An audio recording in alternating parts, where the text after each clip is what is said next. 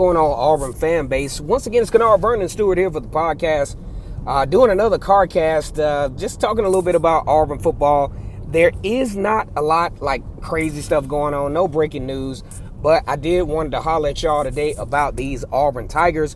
Go ahead and smash the subscribe button. Hit it twice so that you do not miss any of the information here on Vernon Speak Sports Auburn, where we talk about Auburn football pretty much when you average it out on a daily basis. And as always, it's great to be an Auburn Tiger. War Eagle, I'm talking about an absolutely beautiful Wednesday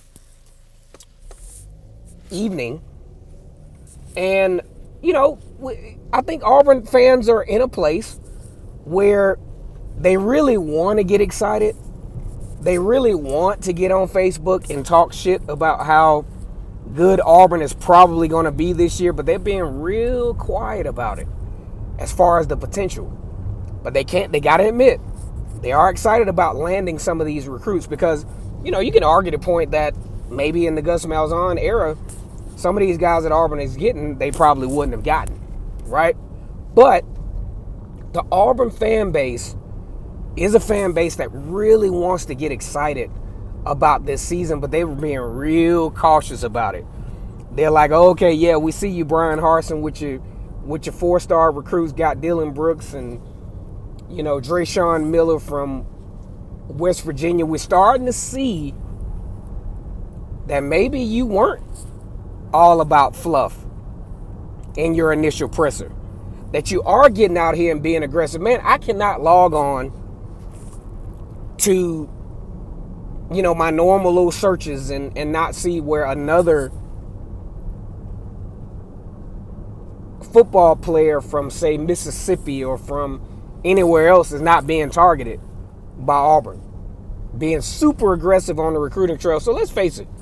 I mean, if Auburn is going to compete long term, you know, Auburn has got to put themselves in front of the table. I mean, to interface with these athletes. I mean, they can't just say, okay, he's already committed to Ole Miss, so we just gonna go on and let him be comfortable with his commitment to Ole Miss. Why are you going to Ole Miss? Why not come to Auburn? This is what we have going on here. Now, I ain't got nothing to do with what the previous class or what the previous coaching staff has done from a recruiting standpoint, from a result standpoint. All I can let you know, and this is probably quotations perhaps from Bryan Harsin and the rest of his staff, all I can tell you is what I've done prior to coming here and what you could possibly be walking into if you become an Auburn Tiger. Now, there are several reasons why the Auburn fan base can get away with being a little on the optimistic side.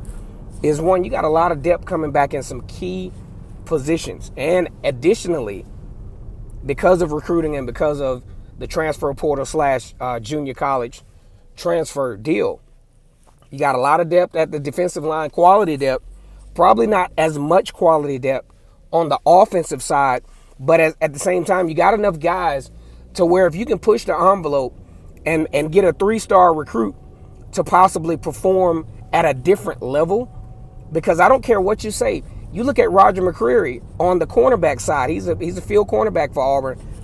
You can't say that, you know, the 3 stars don't work out because he's making it work out at a high level.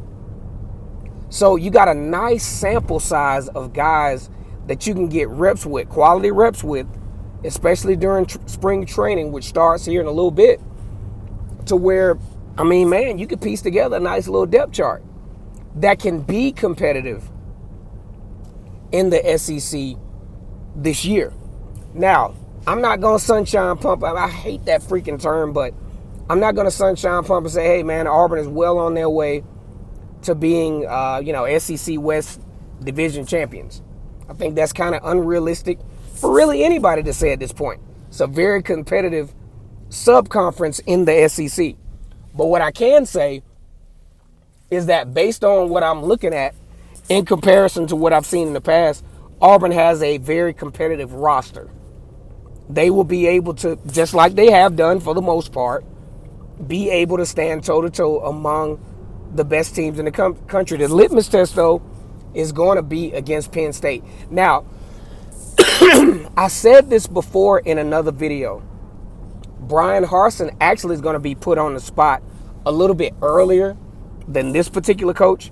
I remember a game 2017 when I was covering Alabama, Auburn, and Georgia football on Facebook. I did a video on this particular game. Georgia was about to go to Notre Dame and face the Fighting Irish, royalty of college football. I think this was Kirby Smart's second year as a head coach. And I thought that this was going to be a signature game for Kirby Smart. And it turns out he got it done. He got it done, and he got it done in a very dramatic kind of fashion. They had the crazy circus catch in the end zone. They had the heroic turnovers, and they beat Notre Dame 20-19. And I'm going to ask Salty Dog and Danny Blackman and some of the other Georgia fans, how much different would Kirby Smart? I mean, you're talking about a 1-point football game that changed the whole trajectory, changed the whole perception of Georgia's program. Georgia went on to actually go to the national championship game that year. But 1-point differential was the key to setting the tone to Kirby Smart's career against Notre Dame on the road. Bryan Harsin is on the clock. Bryan Harsin will have a couple of cupcakes, starting off with Akron and then Alabama State, a regular from the FCS locally out of Montgomery. But then I want you all to circle this thing on your calendar. Like I said before in a couple of videos, this will be the litmus test to where this could possibly go. Now, the expectations are low, in my opinion. Nobody is like just saying, hey, this is a must-win game for Bryan Harsin. But you best believe that Bryan Harsin is looking at this Penn State game as a must-win game. Do you know what this will do for recruiting? Do you know what this would do for national perception? Penn State is, one of those names in college football. And man, if you can get a win there, the sky's the limit as to what Auburn can possibly do. 1-point differential changed the whole trajectory of Georgia football. I don't care what any Georgia fan says, their current state of being can be traced back to that night in South Bend, Indiana. Can Auburn get it done in College Park, Pennsylvania against Penn State to set the tone for real for this program? To get a huge win on a big stage. This ain't no situation where Auburn has the luxury of playing a team like this in a neutral site, like they have done against Washington and Oregon and teams of the past. This goes back to when Auburn was playing these games home to home with teams like Clemson. Auburn's got to figure out a way to get this win, set the tone for the whole program. My name is Kennard Vernon Stewart. I'm starting to get my voice back, kind of, sort of. I don't know what the deal is. I feel great, but my voice is still acting a little shaky. Go ahead and smash that subscribe button, like this video. Make sure you leave a flood of comments here in the comment section. Agree, disagree, whatever. As always, it's great to be an Auburn Tiger, War Eagle.